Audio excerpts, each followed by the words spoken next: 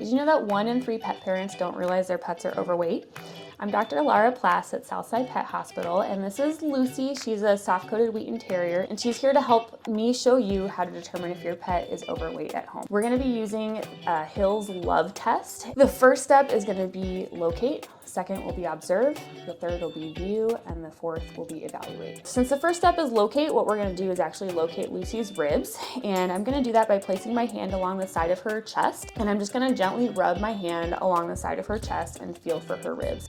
So one thing that I like to do is I like to stretch out my hand, and her ribs should feel just like my knuckles when my hand is outstretched. If they feel more like this, more like little mountains, then there's not quite enough fat between each of those ribs, and that means that she's kind of underweight. And then if they're more like this, when my palm is outstretched, and there's just a little bit too much fat between each of those ribs. The next one will be observe, and what we'll do is observe her from the top down. So I can see her waist right behind her ribs, and you can kind of see it coming in. It should just kind of taper a little bit.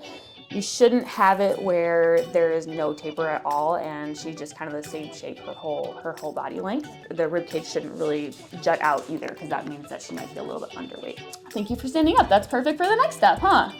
So the next step will be view, and what I'm gonna do is actually look at her from the side. So you should be able to see her waist, and it should kind of just come up towards her back just a little. If hers is coming way up towards her back and it's just really, really tapered, she might be a little bit underweight, but that can really depend on the breed. If she has no waist taper on the bottom of her, then that means that she might be a little bit overweight. The fourth component is evaluate. So we're gonna evaluate her food choices and the calories that she's getting every day. So the first thing that I always recommend is getting a measuring cup and figuring out exactly how much you're feeding right now at home. And if you have any questions about any of this, just contact your veterinarian. They're gonna be an awesome resource for figuring out the best weight for your pet.